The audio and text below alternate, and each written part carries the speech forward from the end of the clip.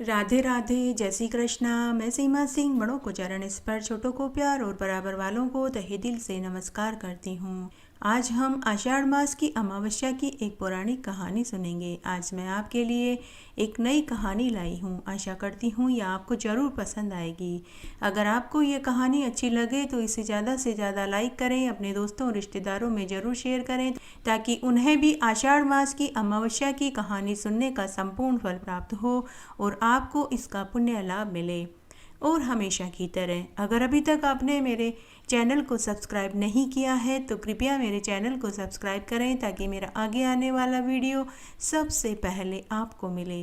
धन्यवाद। आइए अब हम आषाढ़ मास की अमावस्या की एक नई कहानी सुनते हैं।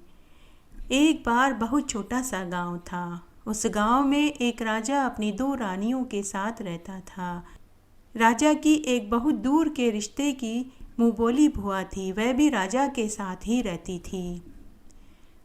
राजा अपनी मुंहबोली बुआ की सारी बातें मानता था, चाहे वह गलत हो या सही।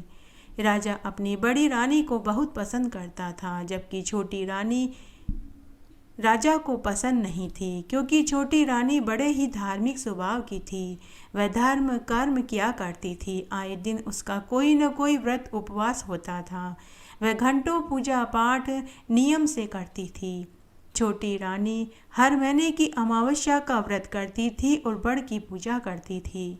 अमावस्या के दिन वह कोरे कलश में जल भरकर बड़ के पेड़ के पास रखती थी और 4 देसी घी से चुपड़ी हुई रोटियां, गुड़, दही और छाछ का बर्तन भी रख कर आती थी। बड़ के पेड़ को जल से सींचती, रोली लगाती, चावल लगाती, मोड़ी बांधती, 5 परिक्रमा लगाती, घी का दिया जलाती, मेहंदी काजल लगाती और चीर उड़ाती थी।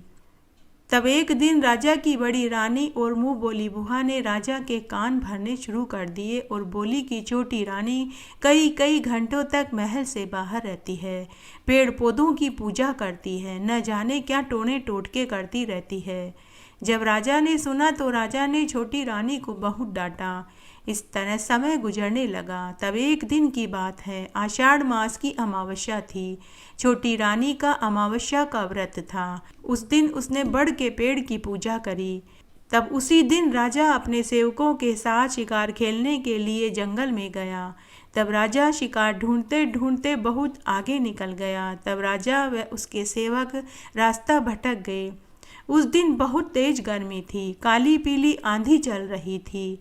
राजा को भूख और प्यास सताने लगी। राजा प्यास से व्याकुल हो गया। राजा ने अपने सेवकों से कहा कि पीने का पानी लेकर आओ, मुझे बहुत प्यास लगी है, बिना पानी के मेरे प्राण निकल जाएंगे।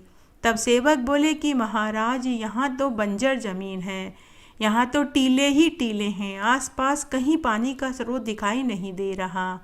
तब एक सेवक पेड़ पर चढ़कर देखने लगा। तब उस सेवक ने कहा कि महाराज, कुछ दूरी पर चिड़ी कबूतर उड़ रहे हैं, हमें वहां चलना चाहिए, वहां जरूर पानी का स्रोत मिलेगा।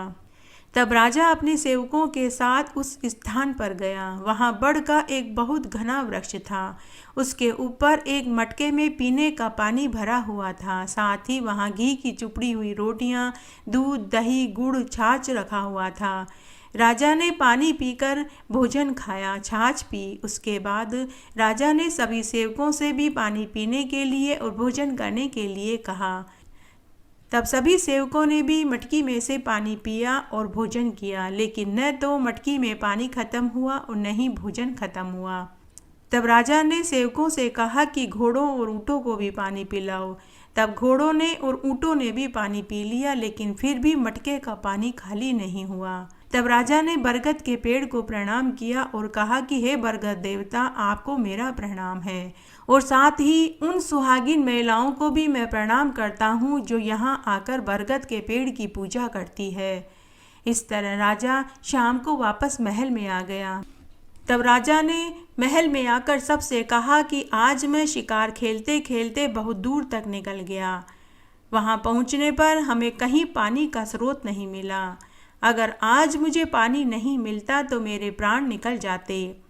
लेकिन थोड़ी दूर आगे आने पर बरगद के पेड़ के पास पानी का मटका भरा हुआ था, साथ ही वहां भोजन की सामग्री भी पड़ी थी। तभी छोटी रानी की दासी राजा से बोली कि महाराज, छोटा मुंह बड़ी बात, मैं आपसे कुछ कहना चाहती हूँ। राजा ने कहा कि बोलो दासी, तुम्हें क्या कहना है। तब छोटी रानी की दासी बोली कि महाराज, छोटी रानी हर महीने की अमावस्या का व्रत करती है और बड़ के पेड़ की पूजा करती है। वो ही कोरे कलश में पानी भर के रखकर आती है और घी की चुपड़ी हुई रोटियां, गुड़, दही, छाछ का बर्तन रखकर आती है।